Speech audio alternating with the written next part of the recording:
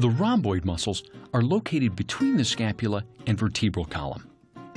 Named for their geometric shape, the major is larger than the minor. They have thin fibers that lie deep to the trapezius and are superficial to the erector spinae muscles. Do you remember geometry? There was that square that looked like it got blown in the wind and suddenly became a rhombus. Well, that's the shape of the muscles that we're going to locate. And we're going to begin by finding the bony landmarks that really outline the rhomboids on the body. First, I'm going to just scoop up my partner's shoulder, and I'm going to find the medial border of the scapula. And that's really quite readily found right there, right along the path of my index finger. There's the spine of the scapula, there's the inferior angle, and right there is that medial border. So we've got the medial border, and then we've got the spinous processes of C7 to T5. Now, there's a lot of spinous processes, so where are those?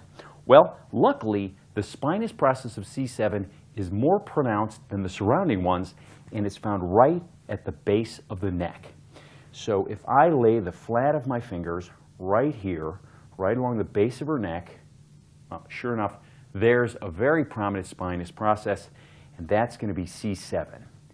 And then I can just systematically count down T1, there's a little gap, and then T2, T3, and T4, and T5. Great. So we've got the spinous processes of C7 to T5, and we've got the medial border. And you can see how my four fingertips form that rhombus shape where the rhomboids are located. So let's check it out. I'm going to just engage the muscle by putting my partner's hand in the small of her back and asking her to just try to lift her elbow up into my hand a little bit. Great.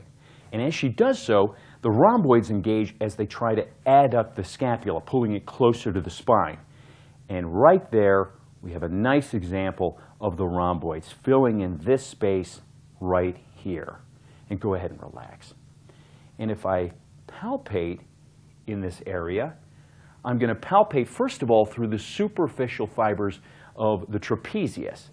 But if I roll my fingers perpendicular to the rhomboids, so I'm going to roll them this way, wow, sure enough, there's the very clear fibers of the rhomboid major, and a little further superior, the rhomboid minor.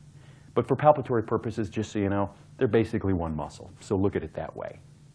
And now just to differentiate, notice that I'm not working my fingers into all of this deeper tissue. No, that's the erector spinae. So let's just take a moment to differentiate these. Here on top, nice and superficial, is the very thin fibers of the trapezius. Then, working a little deeper, I can feel the fibers of the rhomboids, again going this direction. And then if I work even deeper, I can feel the fibers of the erector spinae that are running in this direction vertically. Great. And that's going to be your rhomboid major and minor here on the upper back. And whoever said that geometry didn't have practical application in everyday life?